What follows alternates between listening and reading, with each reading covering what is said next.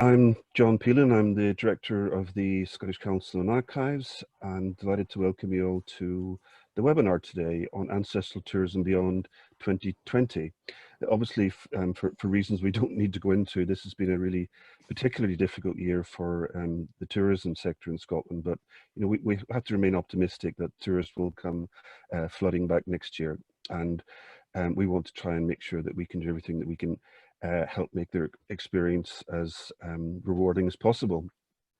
So at Scottish Council on Archives, we've been running a number of ancestral tourism initiatives.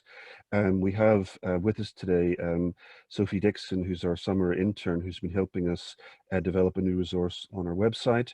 And we've also been working with Visit Scotland to on their new toolkit that one of our speakers will talk about a bit later on. And we've also just commissioned a short film on ancestral tourism in the archive sector, which will be made over the summer, ready for release next year. So today we've got three speakers. We're delighted we've got Noel Campbell, the Scottish Connections Manager at Visit Scotland, Dr. Irene O'Brien, who'll be known to many of you, the past chair of Scottish Council on Archives and our current honorary president, and also the senior archivist at Glasgow City Archives, and Ian Walker, director of Borders Journeys. We'll run through the presentations, and then we have some of you may be familiar with the technology Mentimeter. If you don't have it on your phone, it might be an idea just to download it now. It only takes a few minutes. So it's a very small app, and we'll put up a couple of questions on the screen using the code that you should be able to see now, 307552. We'll run through all three presentations, and at the end we'll ask people to contribute, ask questions, and you can do that one of two ways. One, by putting a question or comment into the chat box in Zoom, or you can use the raised hand. And if you have a question that you put in the chat box and it's for someone in particular, please say so. But we'll the chairman a call, okay? Thanks, no problem. I'll phone you back. Okay.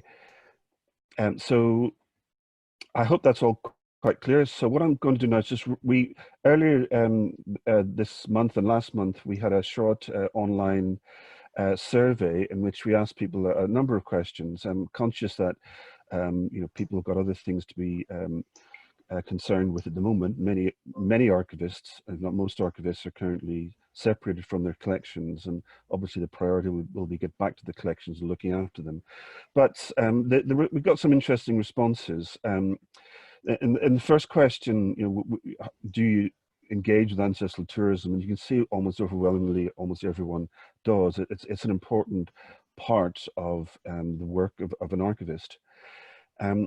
The next question was an interesting one. I've asked to determine the economic impact of ancestral tourism in relation to your service, and well, 66% said no. So it's not something that looks like local authorities in particular. I'm not quite sure what universities have as highlighted as something that they should measure, but I think it is quite important. And as you're probably aware, the Scottish Council on Archives does have an economic impact toolkit, which you can download from our website.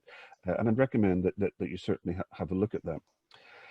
In terms of which of the following visitors have you encountered? Well, it's just about everyone from Scottish, British to overseas. Offering online access to records, majority, just 46% of those who answered said no. I don't think that's a fair representation of the wider sector. I think most archivists have got some kind of online access to the records now. And as many of you will know, the Scottish Council on Archives is developing with Archives Hub a new portal for improving access to online records across Scotland. So for those who don't have online access, that's something I think that will be a huge benefit. How strongly do you agree with the statement, we feel equipped to interact with ancestral tourism? 60% said agree, but there was some that disagreed, but most people felt that it was something that they were comfortable with dealing with. In terms of the main challenges, we took a couple of the snapshots here, staff time, pressure on cuts to services, and a need for a centralized point of information, and maybe this is something Noel Campbell can pick up on. Also just the unplanned visits, tourists turning up saying, can you provide me with all this information about my clan ancestry, and therefore having to deal with the expectations that a lot of visitors come to archives with, particularly if they haven't done any preparatory work or made themselves known beforehand.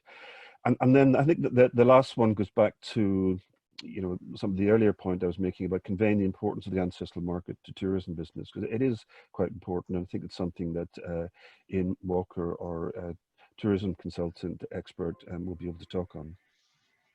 So that's a quick summary of the survey that we did. So I'm now going to pass over to our first speaker, which is Noelle Campbell. So Noelle, if you're good to go, if you could unmute yourself, I'll pass over to you.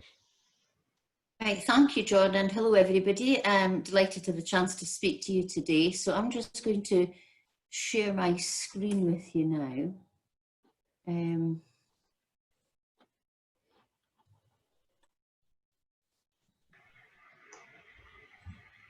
Now I'm just going to try this again. It's not quite worked.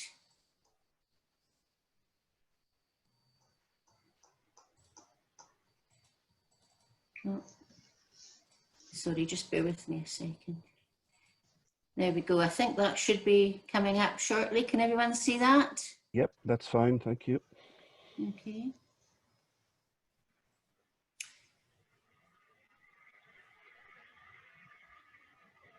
Can you still see it?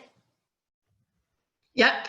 Yeah, okay, right. So as John said, my name's Noelle Campbell. I'm the Scottish Connections Manager at Visit Scotland. And also on the call, I believe, my esteemed colleague Jo Robinson, who is one of our regional directors in the North East. And so while my role is more consumer facing and marketing focused, Jo's role is more industry focused. So whatever questions you may have towards the end of the session, then one or other of us should be able to answer it for you. So John mentioned there the importance of ancestral tourism, and indeed that's very true. We had a survey done by TNS, which is a little bit dated now. It dates back from 2012, but the reason I still use it on occasion is because that was when this company looked at all different ancestral markets on our behalf. And to be honest, some of these figures, it's one of the things I need to do over the next few weeks. I'm going to revisit some of these figures and see if I can come up with some census information that's more up to date. But you can see that obviously we Scots got everywhere. Over 50 million people worldwide with some sort of Scottish ancestry. And you can see here that out with the UK, by far the biggest markets are the US, where there's an estimated 9.4 million people with Scottish ancestry, followed by Canada, which has 4.7, and Australia with 1.5. So these are, when we talk about ancestral tourism, these are the biggest markets that we tend to focus upon. Now, in terms of the motivations and the connections for ancestral tourism, I think this, these two sets of figures give you some idea of just how important it is. They're from our visitor survey of 2015-16, and there's actually another visitor survey, would have been published by now had it not been for the COVID outbreak, but it will be available fairly soon. However, this was the most recent figures that we have meantime, and you can see that in the left-hand side, 24% of American respondents to this survey said, yes, my Scottish ancestry was one of the most important motivations for me visiting Scotland, 34% for Canadians and 27% for Australians. And you can see that obviously the big things like history and culture, scenery and landscape, those are the things that people most automatically associate with Scotland, but I think it's quite impressive that Scottish ancestry is right in there in third place. And again, that shows you just how important the ancestral market is. And then when people were asked about their connections to Scotland, again, you can see that right across the board, pretty much a third of all the people from these ancestral long haul markets said that, yes, my ancestors lived in Scotland. So again, it's supporting how important this industry is to us. Now, when I say about ancestral tourism, different people will take that in different ways. And yourselves, obviously, as John was explaining to me at the beginning of the call, are all very much involved in the archival side of things, family historians and so on. But I have to say that only a portion of ancestral visitors will get to that deep level of looking into their family history and so on. But one of our jobs, working collectively, is to move people along what I call the ancestral continuum. And there's no absolute in all this. Every single person living overseas with Scottish ancestry will be somewhere different on this continuum. So it could be people that they're generally aware, they know that their great-great-grandfather had Scottish ancestry, but they're not really actively engaging, they're not really doing very much about it. However, then you've got people that are somewhat engaging. They've maybe visited Scotland once and they're thinking about exploring their ancestry. Or on the other hand, it could be, we're talking about online information there. And for a lot of people, they could quite easily sit at home in Melbourne or Ohio or wherever it is and do their ancestral research online without ever coming to Scotland. And in fact, I have met ancestral connection people in the States and so on that have never been to Scotland, even though they're very proud of their Scottish ancestry. And then again, you've got people that are very positively engaging. Now, again, that could mean different things. It could mean that they're very proud of their Scottish ancestry, they love wearing the kilt, they know their clan lands and so on, but they might not have done ancestral research, whereas on the other hand, there are people that are very, very keen on the genealogy and really looking into their family history and the history of the areas where their families lived and so on. So the job of Visit Scotland really is to make sure that we're talking to everybody in that continuum, and we want people to engage with Scotland even more. When they visit, we want them to come back again, we want them to stay longer, we want them to recommend visits to Scotland to other people, whether they've got ancestral heritage or not. So for Visit Scotland, the question is quite wide ranging. So I'm now going to give you some ideas about what we actually do. Now, our window on the world, and this is the case for most businesses, is obviously our website. And here's a screenshot of our section on visitscotland.com, which you can reach just by simply putting in visitscotland.com/ancestry. And so we're talking to people about discovering what life was like for your ancestors. So first of all, we have a section on Scottish clans, which I'll come back to in a moment. There's a section about Gaelic, and actually some Gaelic content that we did recently is amongst the best performing content we've ever had, which I think partially it's because of Scottish Government's focus on Gaelic, but I think it's also because, of course, the Outlander effect, which I'm sure you'll all have heard of, because they do speak Gaelic to a certain extent in Outlander, and I think a lot of people have started taking an interest in it on that basis. Then we have professions there at the bottom left, because people are very interested to find out when they come to Scotland whether their ancestors were maybe working in domestic service or the fishing industry or farming or whatever it was. We've got all sorts of wonderful museums here in Scotland that can give them an insight into how their ancestors would have lived. We then have accommodation, and you may know that we have got an Ancestral Tourism welcome scheme where accommodation and other businesses can actually sign up and go through a process of making sure that they're ready to welcome ancestral visitors specifically. The local family history centres there, that links to the National Records of Scotland webpage, where they list some of the more major history centres, such as the Mitchell Library in Glasgow, which Irene is here from as well. I'll come back to that again later. And then Ancestral Tours, again referring to another of our speakers, Ian from Borders Journeys, of course, is one of the ancestral tour operators that we drive people through to our website and who very ably helps people research and explore Scotland. Still on the subject of the website, I mentioned clans there, and the clan system in Scotland is really pretty unique. It is a unique selling point for us, because whether people know where their Campbell ancestors actually lived in terms of their own family, if your name is Campbell or McRae or any of the names there, any of the names, key clan names in Scotland, you can actually go to areas associated with those clans historically and feel the connection of what were your former kinsmen. And at the moment I'm working with the Scottish Council of Scottish Chiefs, because we've only got about 20 itineraries up there at the moment, but we're actually planning to expand that quite significantly, and doing it with the clan chiefs obviously gives it the kudos, and it means that we get the clan chiefs involved in it as well. And also on our website, we have a section about connecting with your fellow Scots. And this taps into the fact that again and again in our research, we are told that Scots people are seen as very friendly and welcoming to visitors. So we want them to meet their kin when they're here, and this is suggesting ways of doing it, such as Highland Games, of which, as you know, there are more than 60 take place in Scotland over the course of the year. Ceilidhs, for example, and traditional folk music or pub sessions. Again, great ways for them to get out and meet their Scottish kin.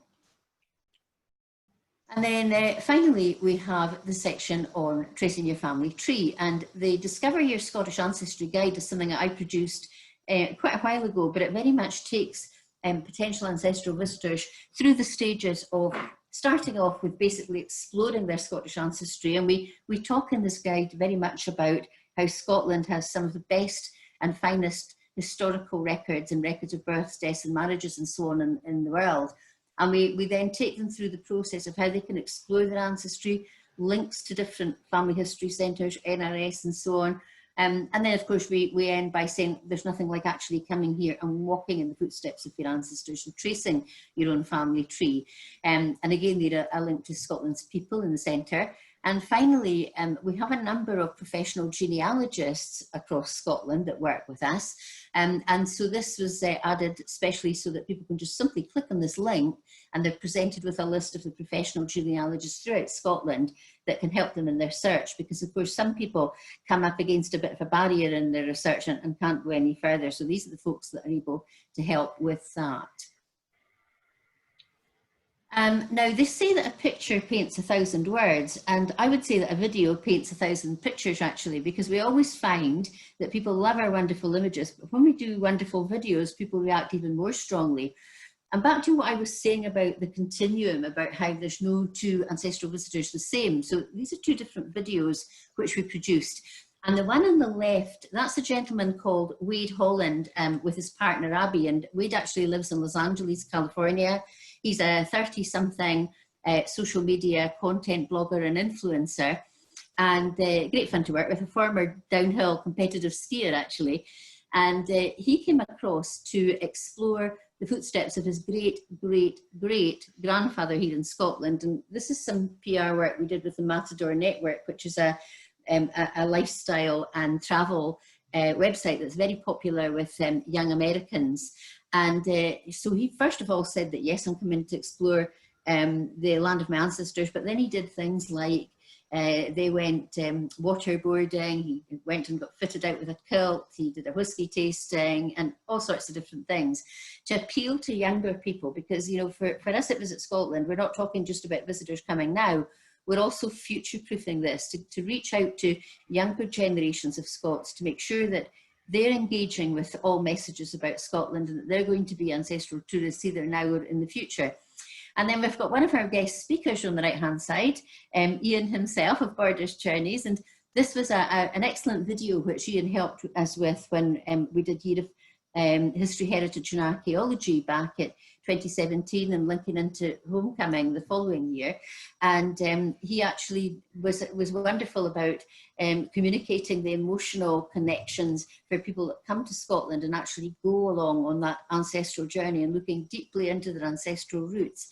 So again, you can see that we're catering for all these different audiences and trying to engage them with Scotland in a way that appeals best to them. Now, apart from the website, that's fine, the website's there, all this great information's on it, but how do we actually engage consumers? So first of all, we engage them throughout advertising campaigns. Here in Scotland, you may, or you will be seeing in the next week or so, our upcoming domestic campaign, talking about people getting out and about again and exploring what's on their doorstep in Scotland, and we're featuring ancestry within that. And then recently for the overseas market, we did an Absence Makes the Heart Grow Fonder video, which was all about, you can't visit us in Scotland just now, but you can dream from your armchairs and we really want to see you back when the time is right. And again, ancestry featured in that. We do a lot of PR activity with media providers and broadcasters throughout the world, particularly in those key markets I talked about, the influencer activity, with Wade being a classic example of that. We also have a large global database that we send newsletters out to regularly. And again, for those major markets that I talked about, they have usually have a, every second issue, they'll have an ancestral activity in there. And we also send those who specifically said that they're interested in Scottish ancestry additional emails several times a year. And of course, then our social channels, Facebook, Twitter, Instagram, and so on. We have 1.5 million followers on Facebook alone, so a very, very strong social presence. And we usually find that whenever we put something up about ancestry, that there's very, very strong consumer engagement as part of that. In addition, there's the Outlander activity, and as I mentioned, you'll probably be very aware of Outlander, and it's certainly been a key driver from these ancestral markets to Scotland. And you know, whilst everybody might not be a fan of it, the fact is that it's made a lot of people in these key markets sit up and take notice and start reflecting on their Scottish heritage and thinking, oh, I think I do have Scottish connections, I need to look into this. And certainly some of the attractions in Scotland have boasted record visitor numbers since Outlander kicked off. And we've very much worked with Sony, which is a production company, and Stars TV company, and others across the world that have supported Outlander. We do webinars such as what we're doing today in communications with our global travel trade, and that could be anything from large tour operators that organise tours to Scotland to those that do special tailored tours, and also travel agents who have customers that are looking for very tailored activities.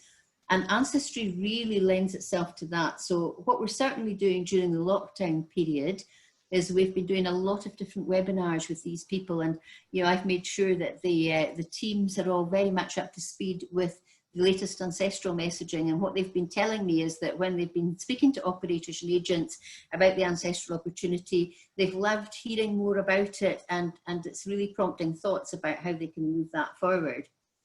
Engaging with the global diaspora community. So for example, we reach out to St Andrew societies, Caledonian clubs, Burns societies, again across the world, and within those key markets, and have very good relationships with them. We keep in touch with them through irregular communications, newsletters and updates. We take part in Scotland Week over in New York every year, and usually a great opportunity to link with our ancestral colleagues, but also make sure that we focus on consumer activities around about that to get people reflecting on their Scottish ancestry. And you may be aware of our Scotland is Now campaign, which is an initiative involving Scottish enterprise, Scottish Government and ourselves to platform Scotland globally across the world. So again, we have ancestral connections as part of that. And that's very important because a lot of ancestral Scots and expat Scots are in very key and influential roles and positions overseas, and stand to actually really benefit Scotland. So that's an important part of our activity. And then I mentioned that my relationship with the likes of the Scottish Council of the Scottish Council of Clan Chiefs, and we're working with them to enhance that clan content I talked about. Now, we mentioned businesses here in Scotland, and John referenced the toolkit earlier, and so the final thing I wanted to show you really is on our industry website, which is visitscotland.org rather than .com, you'll find that there's an ancestral toolkit, and this is a little two-pager that I produced, just a little screen grab of it, and it's top tips to help you benefit from ancestral tourism. So this is aimed at any type of tourism business, so it could be a hotel, it could be a B&B, it could be self-catering, it could be anything, but it's top tips on how you can be ready to welcome ancestral visitors. And it talks about, for example, if you're an accommodation provider, you can brief yourself on what kind of historic sites or historic events or clan connections are in your area, any events that would be of interest to ancestral visitors happening now, if there's any historic connections with your own property, for example. Or do you know where local family history centres or records offices are, so that you can point people looking to research that have family history in the right direction? And also we encourage them to use that information in their e-communications on their website and so on. And actually, we have several different toolkits on the visitscotland.org website, and Ancestral is the third most downloaded. That's after the quality assurance schemes and whatever our themed year is. So, you know, given how many toolkits we have, given that Ancestral's third, it just shows you the interest in this field. And then finally, I think you made a very valid point there earlier, John, where you were talking about people just trotting into centres and asking for help. And We've got this ancestral resource section on our industry website, and the reason that it's on our industry website is to avoid exactly what you've said. So we've been advised by George Mackenzie, who's the former People of Scotland's Records and still very active in the ancestral community, that rather than have this information flagged on our consumer website, it's far better on our industry website, where the B&B operators, the hoteliers, the visitor attractions operators, whoever can see it on there. And we also send out periodical reminders to our information centres, network of information centres across Scotland. So if they've got somebody in Oban Information Centre standing in front of them at the counter, for example, and wanting to research family history, they can quickly have a look at this section of the website and find out what the local records are. There's information there about whether they're just open by appointment or seasonally or whatever. And this is exactly to avoid what you discussed, John, is people turning up willy-nilly. This was put together a while ago, and through the good offices of John and Sophie at the Scottish Archives, we're actually working on updating this at the moment, because we know that for some of these archive offices, the information will have changed, or there may be new facilities opened up that we are actually aware of. And so from that point of view, it's really helpful to have your help in updating these. So again, it's sectioned into different areas of Scotland: north, south, east, west, the national resources, and the list of genealogists and tour operators. So again, anyone can actually be listed here if they fulfill the categories of local archives, and we'll ensure that that information goes on there. As I say, it's been updated at the moment. So that was a very brief canter through Visit Scotland's approach to promoting ancestral tourism. I'm very happy to answer any questions at the end. And I think we're going to hand over to Irene for her presentation next.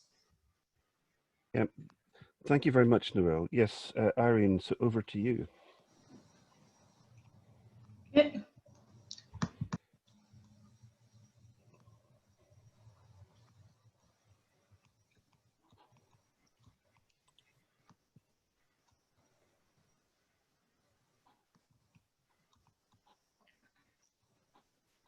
Okay, so thank you very much. Delighted to be here and I suppose representing the local authorities who hold many of the archives across Scotland. A lot of amazing information. This first slide, I think, is just to show that in terms of what Glasgow has to offer, and I take the point, Noelle's, not everybody comes and they want to do their family history per se and sit in an archive office. But one of the things I really feel is that what we need to do is people who have an affinity to, for instance, Glasgow, we encourage that and foster that, and then they've got a lot to offer in terms of Glasgow. I've got some of the museums there, the Mitchell Library, which holds the city archives, and that kind of map of the world, just as an amazing sources that we have. But I just think in terms of that, it's about establishing that link to where people came from is an important first step. So in terms of the City Archives is in the Mitchell Library, there's a family history centre there which I'll talk about, which is very wide. I'll talk about in a minute, but I just wanted to talk about some of the things that we were trying to do in Glasgow in terms of promoting tourism generally, and as part of that, promoting that ancestral tourism. There is a visit and tourist plan for Glasgow City region, which goes up to 2023. It was launched in 2017. And one of the major drivers is that cultural tourism, and among that, heritage is such a major issue. Glasgow offers one of the most important cultural offer right across Scotland. It's got a very deep and wide cultural offer. It's a very well developed cultural destination, so a lot of people are looking to come to the city. And I'm not going to some of the figures, but you'll just see some of the targets there. And there's a target to raise tourists to another million by 2023. So there's a real strategic effort within the city to promote the city as a great tourist venue. And what we're intending to do, and we're part of museums and collections, and what we're intending to do is to align the programmes and communicate with our target markets. So given everything we do, we are trying to make sure they're working with that plan to make sure we can deliver in terms of the targets for the city. And some of the things that we're looking to do, we're prioritising tourism offer in key UK and international markets and looking at Scotland and UK. We were doing that anyway, and that's part of the visitor plan. But of course, with COVID-19, that staycation is such an important aspect of it now. So it's something that we will be promoting. But as I say, we've done quite a lot of work on it anyway, which I'll speak about later. And what we're wanting to do is align all our programmes and communicate with our target markets. So one of the things we definitely want to do, we want to make sure that we inspire visitors and those ancestral tourists to share that affinity with the city, to come to Glasgow. It may be that they don't at the first time do their family history, but just establish that connection is really important for us. We have a cultural product which has been produced, and I think for the first time, I know the museums do it very often, but the first time archives features, and that is an important part of that cultural offer and that product, and I'll show you that later on. In terms of, just to give you a scale of the museums and collections, it's 6.5 million items, so it's a really important, of which the largest is the City Archives, which I must mention. You know, all the other figures were dwarfed by Glasgow museums, but in terms of objects, we're really an important part to that. So there's 8 world-class museums, there's the GMRC and the Kelvin Hall, and then in Mitchell we've got the City Archives and Special Collection, so we can offer a huge resource in terms of the city. And I think under that, which is I think it's 45 million, an impact in the region for those services. And in terms of our priorities for 2021 is to create that quality visitor experience and incorporate a lot of programmes for local visitors and priority groups. So in terms of our service plan, we've got a lot of activities that we must be able to achieve. And that's the tour group packages, and you can see the Mitchells standing there, and again, that's really good. What they'll be doing is they go out to a lot of expos and things, and they're promoting that. So Ancestral Tourism, almost for the first time, it has been happening in the last year or two, but they are really pushing that as part of that core Glasgow Life offer and that core Glasgow offer, which is really important for us in terms of the services we provide.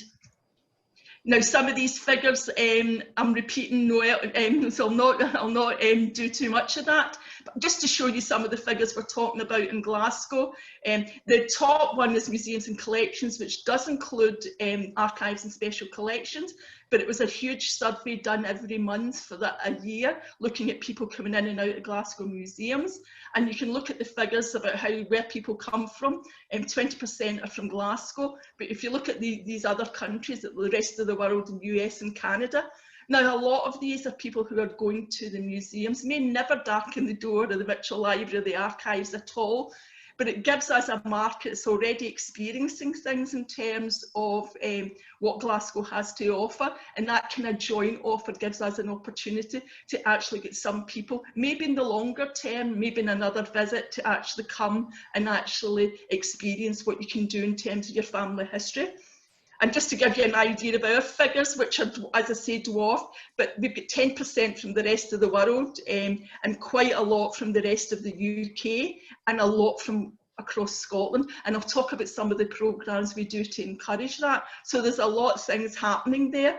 And I know, Noel, you showed one of the figures, but one of the things I thought was really interesting was the difference between those that actually were there to do their family history, but those who had ancestors from Scotland. And again, for me, that seemed a bit of an opportunity for people who don't come with the intention to be doing their family history, got that connection, but in fact, it's maybe something, another bit of the group we can add to if we work on them and actually ask them to go on as another step forward.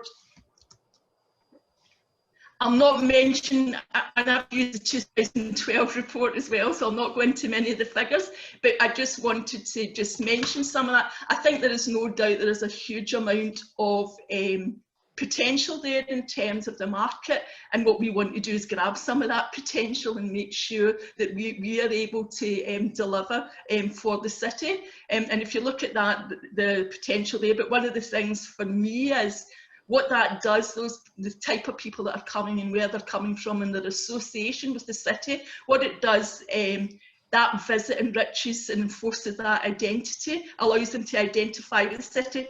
And I think that in a sense is a step forward and are really important in terms of why they come.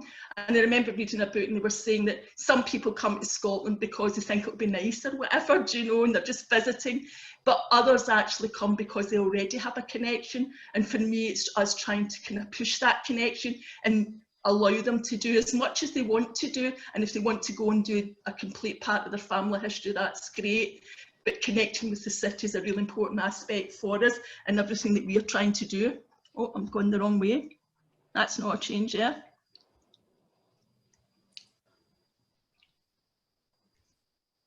So one of the things, why Glasgow? I suppose one of the things that's always interesting, and it came up with Noel in a sense, there's always a sense that immigrants from Scotland are from the Highlands or wherever, so that's the kind of sense that there is. But very large numbers come from the Central Belt and from Glasgow. It's a huge number of people.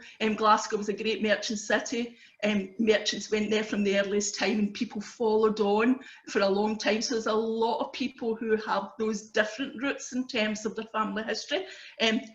For me, it's making them, in terms of why Glasgow, it's I'm coming home. They've decided to come here, so it's us making sure that they feel at home, but also that they actually are aligning and getting that affinity with the city. So I think that's a really important part of what we're doing. It's very much a personal journey when people come. I mean, I do my own family history. Mine's mostly Irish. I wouldn't tell you how much money I've spent going there, do you know? And it's an amazing feeling that you actually do get when you're in that area. So it's about them discovering more, and they may be in a very early stage in the journey. It doesn't matter where in the journey, as long as they're on a journey. And I think for us is just promoting that and making them feel that they do want to know about more. And they want to know how to go about it and where to go, exactly what Noel says. And I'm going to use the same phrase because I really think it's really important in terms of that experience. It's an emotional experience for people who are coming because they have a family affinity with an area like Glasgow. So that walking in the footsteps of my ancestors is extremely important to me. Even if I cannot identify exactly where they lived and worked, there's a strong feeling of shared memory that I experience in certain places. There's a feeling of roots, if that makes sense. So again, that's one of the things that we are definitely trying to approach. I mentioned a minute ago that tend to think about immigrants to Scottish immigrants coming from places like the Highlands or whatever, and we promote all of that culture. But there's a different culture that we need to be promoting in a place like Glasgow. I mean, I really love this. It's just an OS map. It says Road to America, and basically what it is, down Kelvin Hall Street is where they went down to the shipping lines, and actually they called it the Road to America because people with their worldly goods all the time were walking down that road and going on a ship to take them away from Glasgow to America. So all of that's happening, all of that experiences is happening within the city.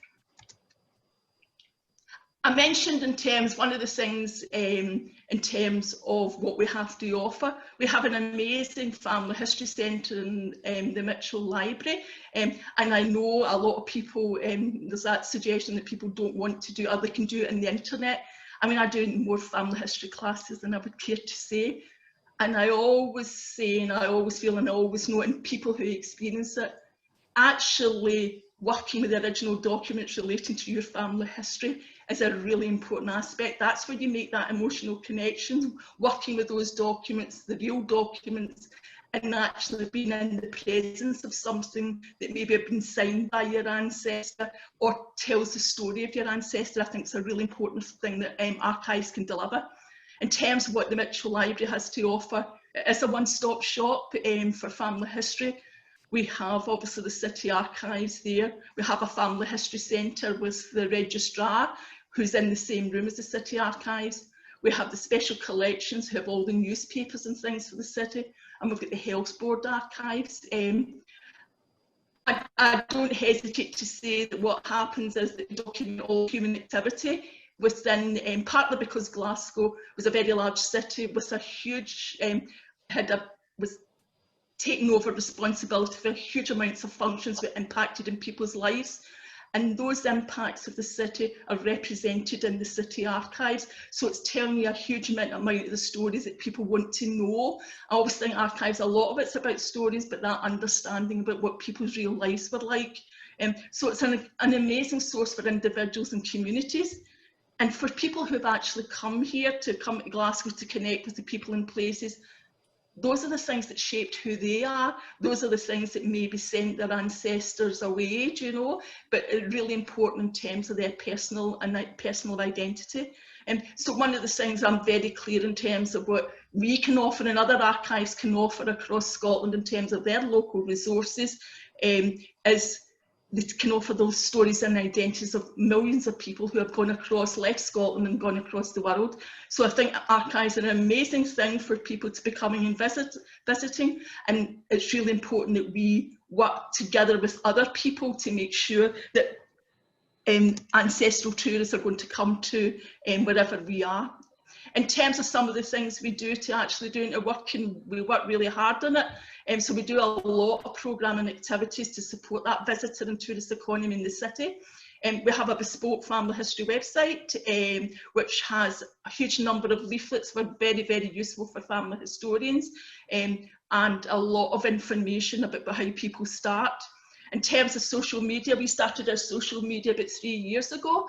We reached 20,000 this week. And what's really interesting about it, if we look at the people who use it, the countries that Noel was talking about, the ones that really had a link to Scotland, you can see those people engaging with us via social media.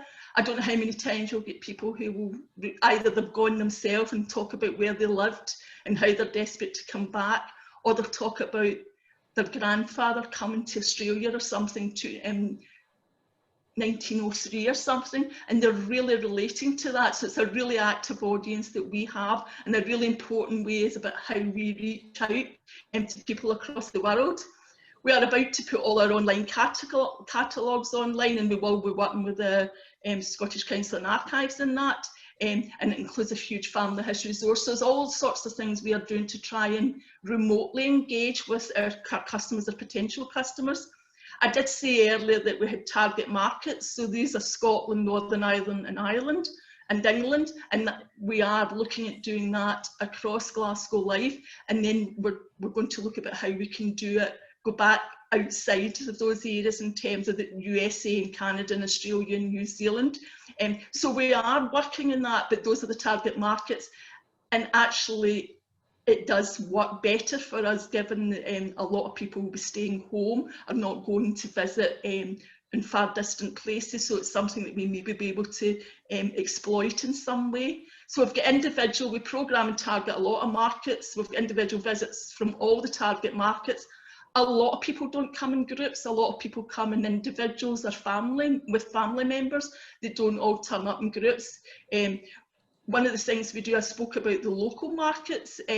We speak a lot right across, particularly the west of Scotland, outside Glasgow, right across all the other areas, Lanarkshire, Dunbartonshire, Renfrewshire, right across there. We're speaking to family historians in the areas a bit further away from that. So encouraging those people to come to the city.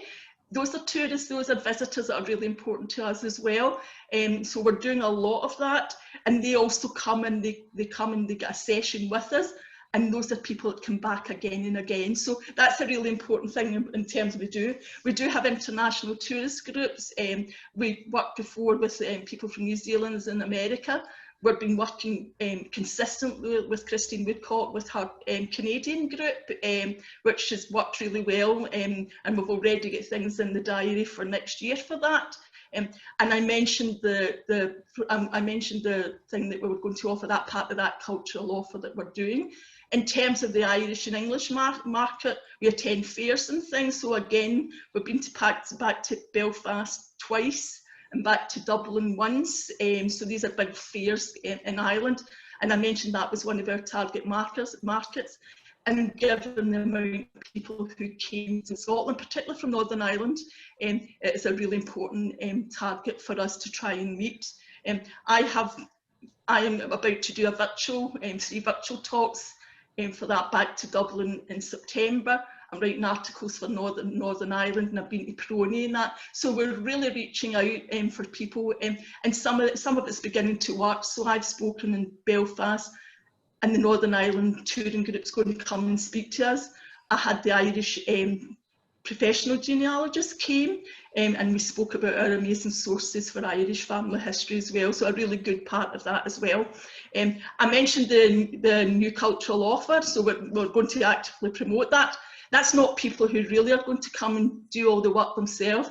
That's people who want somebody else to do it, but to have an experience of coming to the building and maybe looking at some of the archives. So that's like a new venture for us.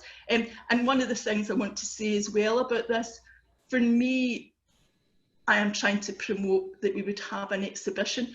Glasgow is full of great museums. We don't actually tell the story of the city's own history in terms of that civic history.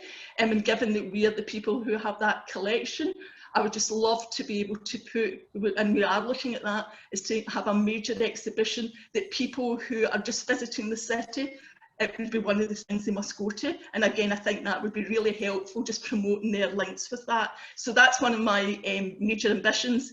Because we're about to develop the Mitchell Library, I don't know whether we'll need to wait for that. My own hope is that we actually do it before that. And that's the cultural offer there. So we've got our own page there, Discover Your Scottish Ancestry in an Iconic Glasgow Landmark. And it is archivists working with the group before they come, so doing a lot of the work, but letting them have a bit of personal experience of it without them actually sitting and spending days and days in the archives. So again, that's a really important progress for us. So in terms of the Ancestral Tourism, that's the Canadian group. That kind of very busy search room is our Canadian group, which is an amazing, partnership that we have. In terms of Ancestral Tourism, it's really important for us to generate business, domestic and international, but also that staycation element is really important for us now as well. I think we want to welcome visitors to the city from wherever they come and how far or how close they are. So I think it's really an important thing for us to be doing. We have amazing sources in archives and family history at the Mitchell, so we've got huge amounts to offer people, and we've got all the advice. There are 5 archivists in the city, so they've got all that advice as they're working through their own family history. I think they want everything that the city has to offer, so I think that was why I wanted to be clear that all those museums are part of that offer, they're part of that visit, and we just want to make sure we're in that mix as well, so we want to make sure that that happens. Most of all, would be delighted for those whose family came from Glasgow, that they want to connect with the city again, connect with those people and places of their ancestors, because I think that's a really great thing for us to do, to be helping people make those connections. We want it for them because I think what we have is a shared heritage with many people across the world, because it's their history as much as our history. So thanks very much. That was great. Well, thank you very much, Irene. So we'll have time for questions for all speakers, as we said earlier, at the end of the session. But I'm now going to ask Ian to speak. And I think, Ian, you've got a short film to share with us first. Is that right? Ian, your microphone's off. Here we go. Hey, right. Sorry about that, folks. Ian Walker from Borders Journeys here. I'm going to start my presentation with a film, and it's one that Noelle mentioned earlier on in her presentation. So if you just bear with me with technology, and I'll just call up the film, okay?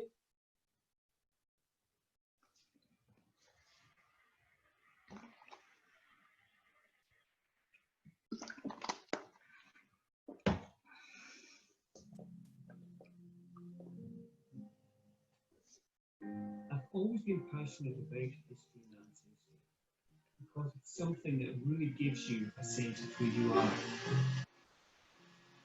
It's so easy to research your family heritage in Scotland because the resources available are second to none. Pretty much everyone's births, deaths and marriages are available in archives but also online, so you'll almost certainly be able to find your ancestors. I think the benefit of hiring an expert like myself is that we can do the work for you. We know exactly where to look and what to look for. I hear so many visitors describe the feeling of coming home when they arrive in Scotland. It's always such an emotional experience for them to walk in the footsteps of their ancestors.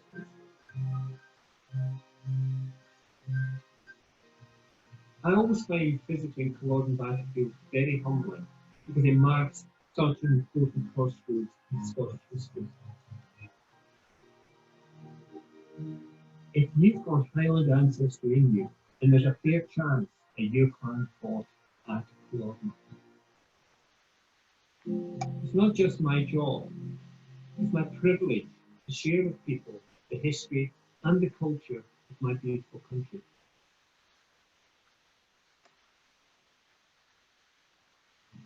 It worked.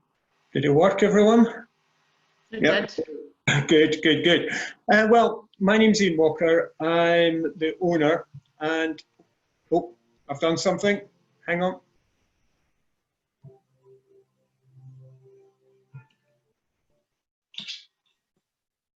I think that's it now, gone off.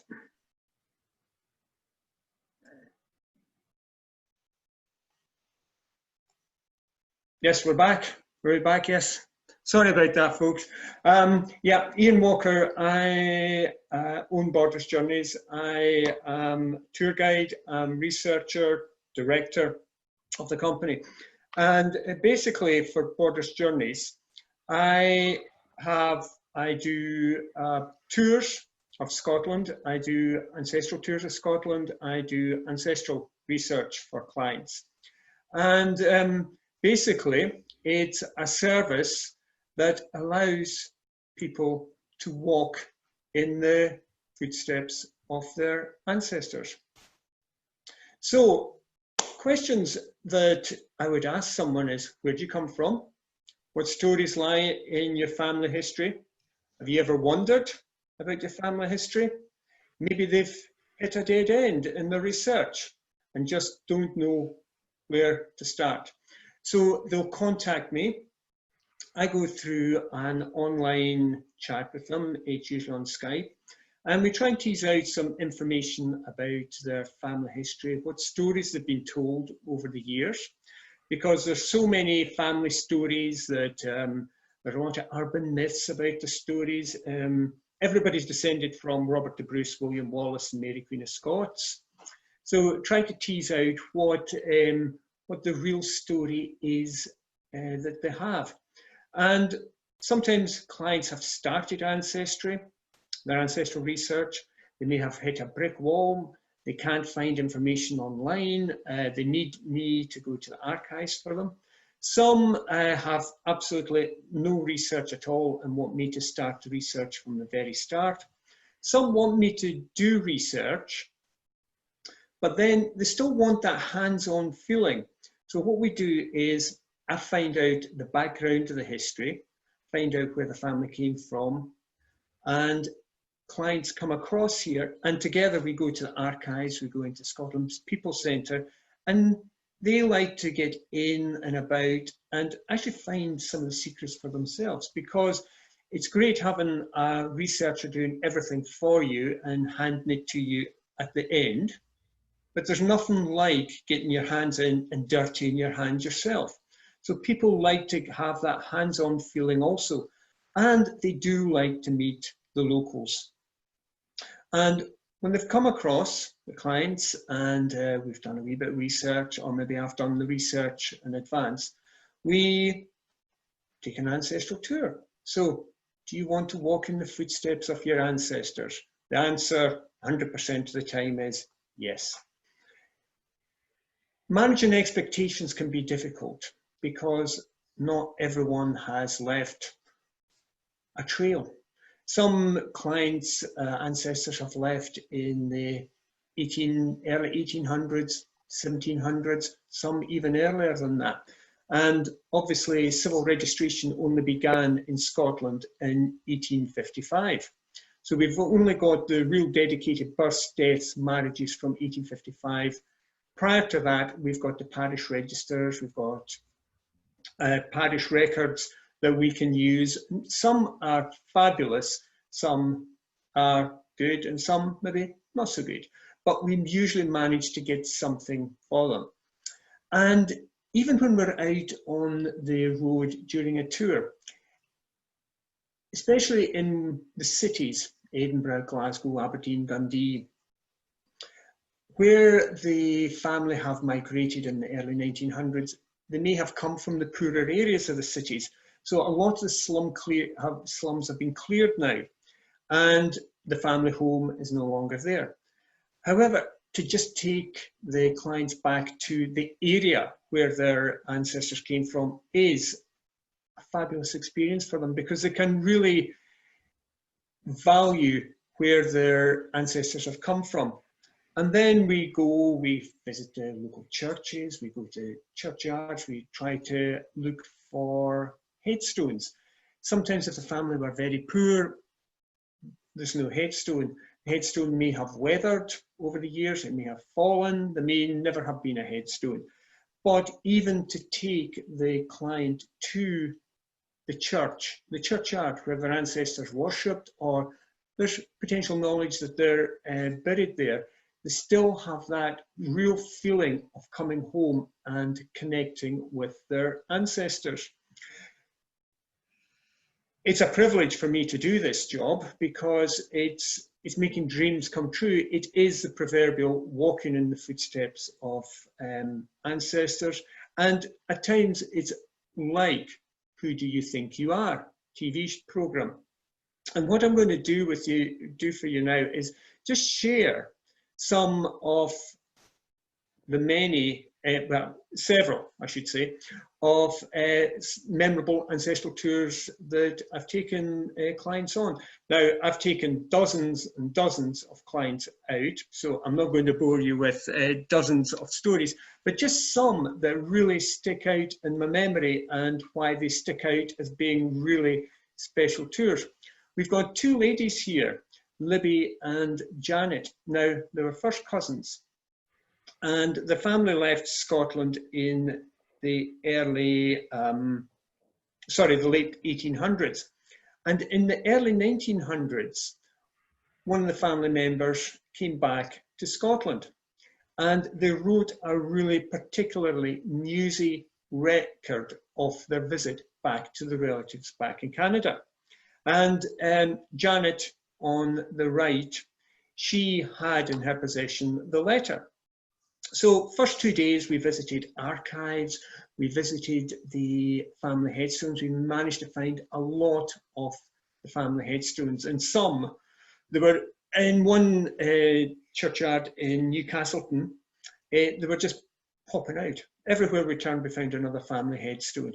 And what we did was we went to Newcastleton and we followed the letter around the town. So we found out where the relatives had lived, where they'd had lunch, where they'd gone for visit Auntie Annie for afternoon tea. And it was a real lovely story to take these two ladies around, but follow the routes that their ancestors had actually followed in person over 100 years earlier. So this is the two ladies, Janet and Libby, finding one of the family headstones.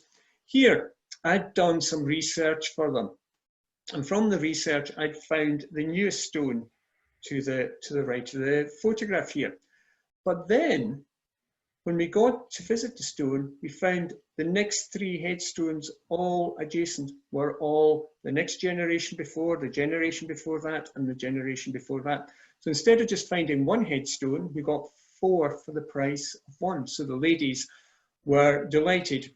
And as you can see, even visiting Scotland in July, the weather wasn't too kind to us, but that certainly didn't dampen the two ladies. They went away absolutely delighted after the visit. This couple here, they decided, they'd been out on 2 ancestral tours with me prior, Tony and Joanne. And Tony was interested in his Scottish ancestry, and I'd done a bit of research for him, and I'd taken them out on 2 ancestral tours. And what they decided was they would come back to Scotland to celebrate their golden wedding anniversary. And they asked me to organise with the minister from the church where his ancestors had worshipped and married and baptised and buried, whether he would do a small service for them just to commemorate and celebrate their golden wedding anniversary. So this is Tony and Joanne after the renewal of their vows, which they did in the church. And with them, they brought their son Ben and his wife. And after the renewal of vows and the ceremony, we went around some of the family headstones to introduce Ben to his ancestors. So this is Joanne and Tony in the churchyard with the son Ben, and his wife's name has gone from my memory at this moment. But after the renewal of vows, it was the ancestors. These 3 ladies, Renee, Betty and Becky. This is another really memorable tour because Renee was in touch with me and we organised an ancestral tour through of the Scottish borders. And this is a photograph taken of the 2 ladies. Now, in the background is the family farm that their ancestors had left 100 years earlier. So I'd taken a photograph at the end of day 1, and we went back, had dinner. Overnight, the ladies said, we'd like to go back and just go, if we can, just go a bit further up the drive. So next day we did. And this became Christmas Day, New Year's Day for 100 years for them, because we spoke, the farmer came up and asked, we asked the farmer, I should say, if we could come up to the farm. And he says, by all means. And he says, my mother would be delighted to meet you. So his mother invited the ladies and 2 of the travelling companions in to the house, gave them a tour through the farmhouse, and then invited us for morning coffee with homemade cake and biscuits.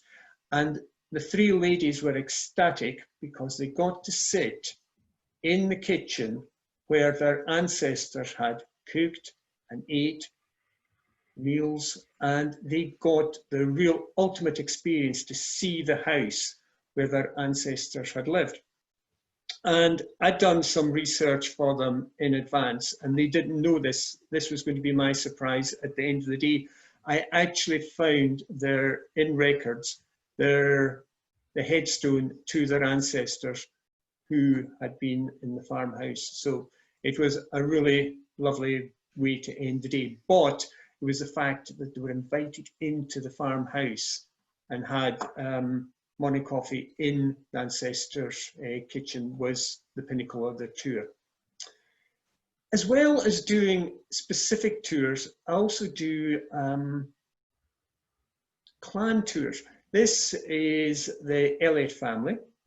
I came from Canada, and their family, they believe, had left in the 1700s, and they had no real tangible connection. We couldn't find any ancestors at all. But what they wanted to do was just visit their clan land. So we went down again to Scottish borders, and we went to the area associated with the Elliott clan. And I arranged for them to meet Margaret Elliott, the clan chief, who gave them a tour of the clan museum and gave them a talk on the clan and the history of the clan. So they got to visit Red Hoof, which is the clan ancestral home. And afterwards, we just visited areas associated with the Elliott clan. Here we are at Hermitage Castle, which is very close to Red Hoof. So as much as we can't always find an ancestor, a lot of clients are really delighted just to visit the places where they believe their ancestors would have been associated with. Ancestral name Elliot, the Elliot countryside. This lady Gail, again, her ancestors left in the early 1700s, she believes. Been very difficult to try and get, and we still work from time to time trying to get that link between the US and Scotland. We've still never got that tenuous connection yet, but still she wanted to come and visit the areas associated with the Robinsons, the Stuarts, places where she believed her ancestors came from, just going by the names. But again, Gail was very interested in Scottish history, so we had a heritage and history tour also. As well as doing an ancestral tour, a lot of clients like to just learn a bit about the history, the culture, heritage, social history of Scotland. So we combine two into one, a history tour, a heritage tour, sometimes visiting castles, as well as the ancestral aspect. Again, this is just clients doing some research in the archive in Inverness. This is. Again, this is an archive in Stirling, and we're looking here at clients. They've found a document associated with their ancestors going back to 1746. Going around the cemeteries, it's often difficult with the headstones because aging process, sometimes the weather's not been very kind. So I always take with me very light plastic brushes, just to brush away lightly the moss so as they can actually see the inscription on the headstone. Never ever use a wire brush because that will absolutely destroy the headstone. And finally, and this was Carol, we visited churchyards and places associated with her ancestors, and happened to be in Callander, and who was sitting on a bench but one of her ancestors just waiting to be found. So Carol was delighted to find an ancestor. So that's a bit about Borders Journeys, what I do on the ground for clients. So again, as with Irene and Noel, I'm happy to take questions for anybody who would like to ask any questions. One other thing, just touching on what Noel mentioned before, one of the real draws for ancestral research now and interest in ancestry is the Outlander effect. Outlander has done absolutely wonders for Scottish tourism, but also for the ancestral tourism, because people they've seen how history's evolved through Outlander. They now want to see it on the ground and how it ties in with their own family history. So. Okay, well, thank you very much, Ian. So I'm now going to ask Sophie just to run the Mentimeter, just a quick online survey, and then we'll give people a bit of time to ask some questions in the chat box. But Sophie, are you ready to run the Mentimeter just now? Yeah, absolutely. Okay, I think we need to give people the code again. Yes. Okay, I'll pop it on.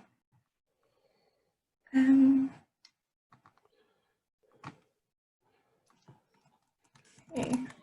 Here we go. It's 307552. Yes. So yeah, so we have a few interactive questions that I would like to run through to just get us thinking about how we interact with ancestral tourism ourselves. So if you haven't seen this before, these questions will come up on screen and you'll have a chance to answer them on your phone or any other device. And your answers will be anonymously shared on screen and organised into nice pretty graphs for us to have a look at. If there's something that's already been said, then feel free to go ahead and say it, because that'll just add more to the results. So I can see some people have already got onto it, but if you haven't done so already, that would be fantastic. It's at the top of the screen, the link or the app that John mentioned as well, and the code is 307552. So we're already getting lots of answers coming in on the wonderful animated graphic. Oh, wow. Everything from family to origins, pride, Americans. I think I saw one unnecessary work as well. And this phrase, walking in ancestors' feet, has come up again. It's obviously a quite important one that has a lot of resonance for people. I think that's about. Okay, there's still a few coming in. Connections, holidays, whatever they are.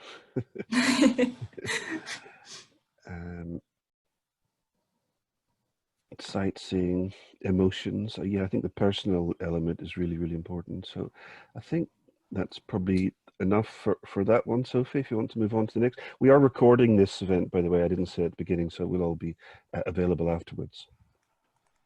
Okay, identity, I saw there. Yep. Okay, next question.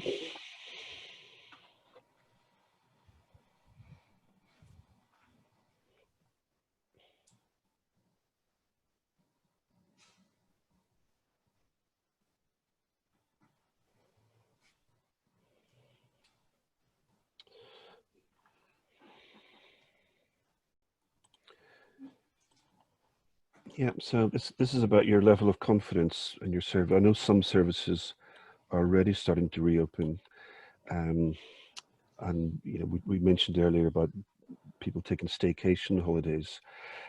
So only 3 so far have said that they don't feel confident about welcoming ancestral tourists. 14 high or moderate, which is encouraging.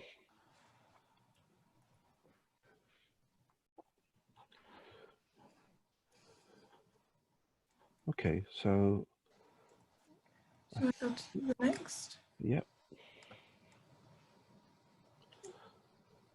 Next question.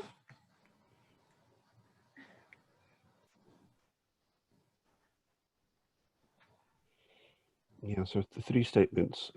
Supporting ancestral tourism is an objective, is a priority.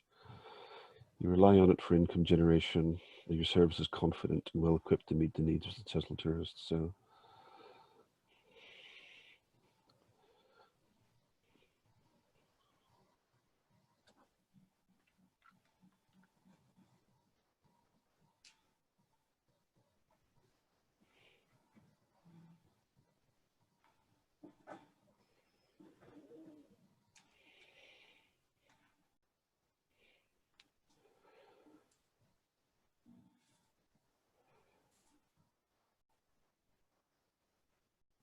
okay. Yeah, I think the message we're getting is that obviously ancestral tourism is important, but it's not the only thing that services do, and services aren't reliant on ancestral tourism for income generation. Nonetheless, it is an important element of the work.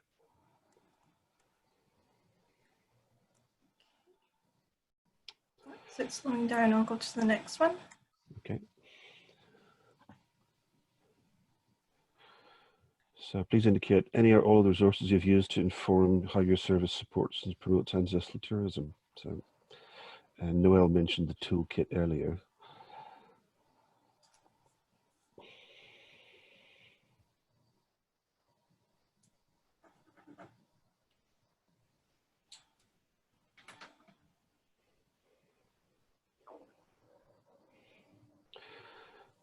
Online is currently in the lead with social media, websites, and online catalogs. Social media is racing ahead. Online catalogs is coming up from the rear.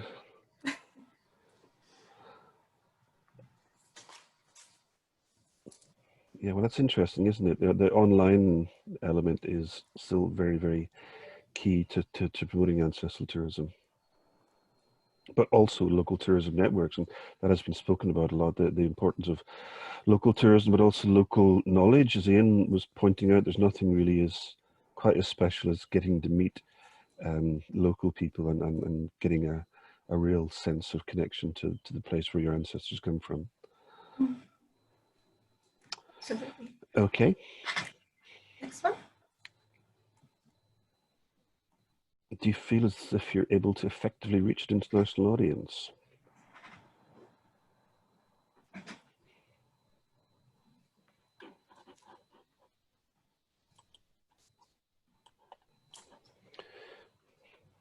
People feel pretty confident, but some aren't sure.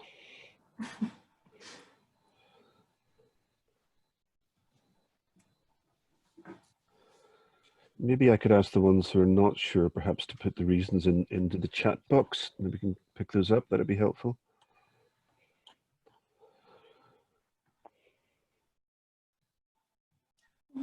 Okay. This is the last one. Okay, so these are the biggest challenges. We did pick up on some of these at the beginning. Oh yes, coronavirus. Yeah, of course. And managing expectations.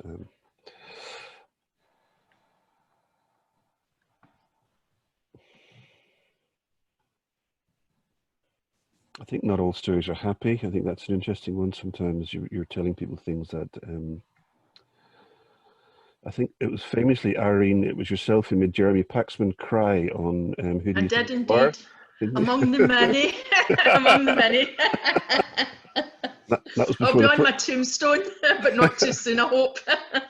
and that was before the program even started, wasn't it? We had a few battles, I would say. Okay, so cuts coming up, lack of online content, managing expectations, time.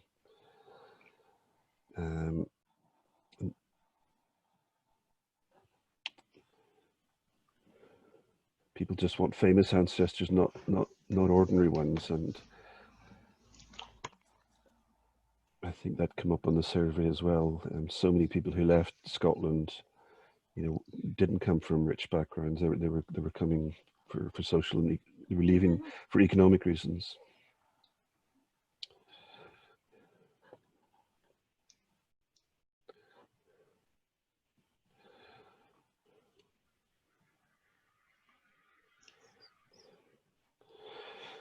Sugarcoating the truth, that's an interesting one.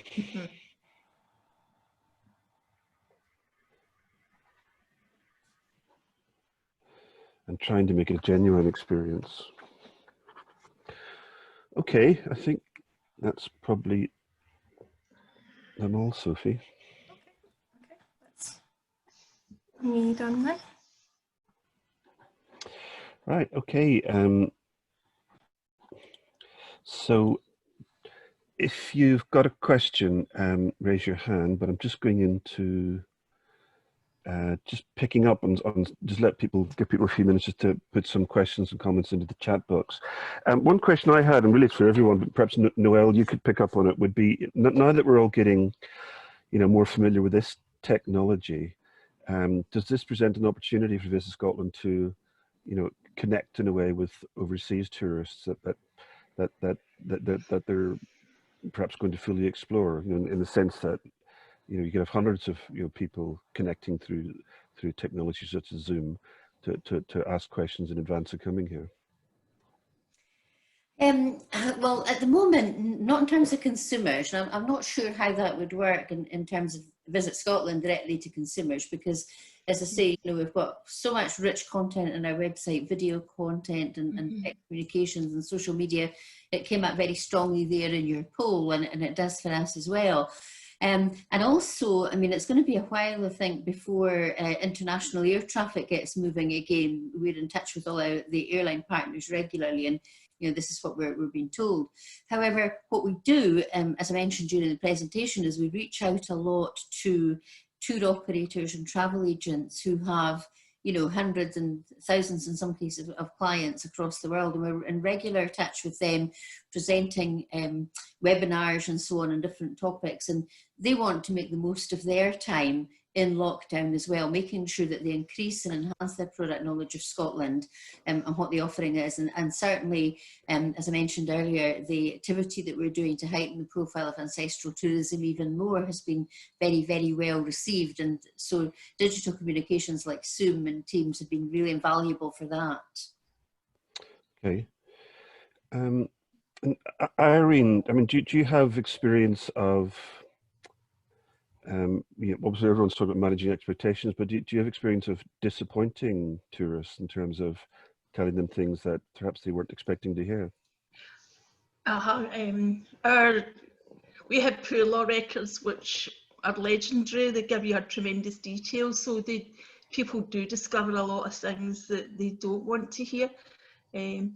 Actually, I know someone had said there that they thought that they're not interested if their ancestors weren't very well off or didn't do very well for themselves. We find a huge number of ours are delighted because the best records we have are the poor law records, which have been described as of global significance. I think getting an insight into what their ancestors' life was like is really important to them. It maybe not have been a great life, and we do have people in tears when they read those stories, but I still think that connection, whether poor or rich, is still very important to people. Okay, so we have a question in the chat box. Perhaps you might be able to answer this, Irene. Do any of the archives or family history centres involved seek to generate income from their involvement? In terms of the Mitchell, the registrar's element, that Scotland's People Centre element, I think the way it worked for them was because they had staff doing other things and not just the Scotland's People networks, so that allowed them to actually make it break even. In terms of us, in terms of the money we make, I mean, we do make some money, but we cost a lot of money, so I don't know how, it's very uneven, but obviously we're all in a drive in this current situation and the loss of income to actually make some money, and hence that kind of tourist offer. I mean, it's quite a high level because we're delivering a particular experience, the cost of it. So obviously there is a drive to that and about how we can make money, and I think that's inevitable. But mostly our services are free and people just come in and do them, so that's not, in a sense, that's how we justify it. But I don't know how much money they can make, but every little helps, I suppose, and I think we'll all be, particularly in local authorities, we'll all be really a sticky wicket, and we will be looking at where we can get money. So yeah, I think some of the responses we're getting in the chat room is that some people do charge from £30 an hour for research. yeah. Some generate income and donations, others don't. So I guess it just makes us probably not a huge income generating thing, but as you say, every little helps. Yeah, yeah. Now, we make a lot of money out of our poor law, our police and our burial records. So we do make money. I'm not saying that we don't, but it's not a huge amount. But yes, we do make money out of copying and things. And we do have a research charge. To tell you the truth, we're not looking to do that kind of research. So we would normally give a list of people who might be able to do it for you. Because we're so busy and get so many other things to do that we're not looking to do people's family history for them.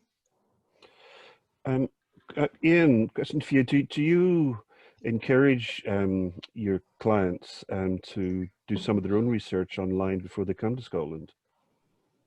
It depends. It depends, again, in the era of research. If it's pre-1855, it's a bit difficult online, even in the Scotland's People records. To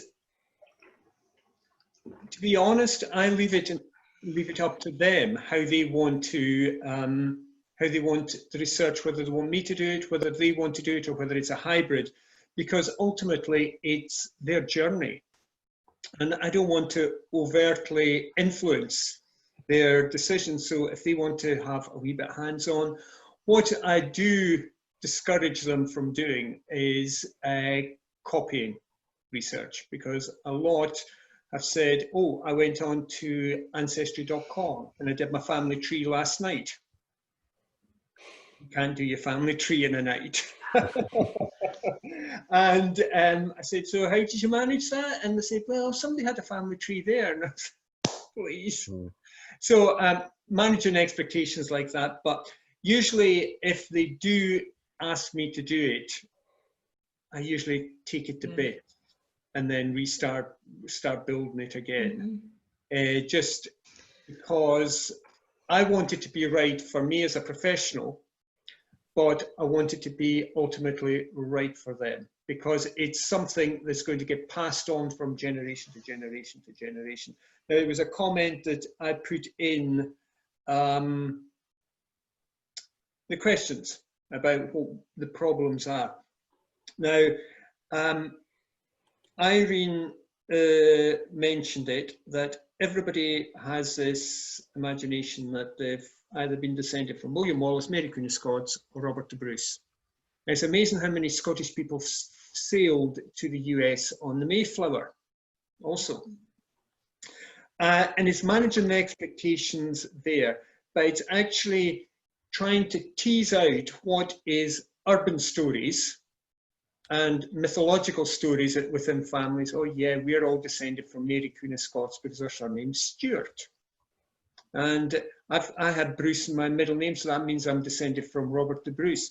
So it's getting these stories, trying to pull them apart and try and get the truth to come through. And just find something tangible to link them back to Scotland. Well, personally, I'm directly descended from Brian Boru.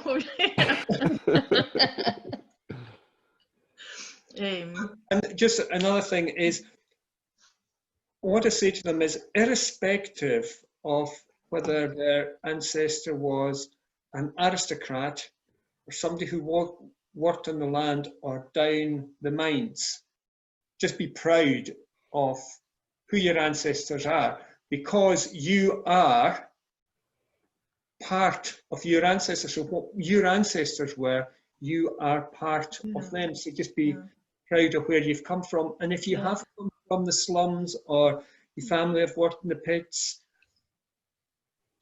that's who they were. You can't rewrite history. Yeah. I mean, I mentioned a lot of ours were in the poor relief applications. I think most people are actually very sad at the terrible lives they had, but very proud that they've come through it and they've moved on, which I think is a really important part. And in a sense, I think it is a sense of pride, that terrible sorrow they've had such a bad life, but pride that they came through and that they're descended from that, you know.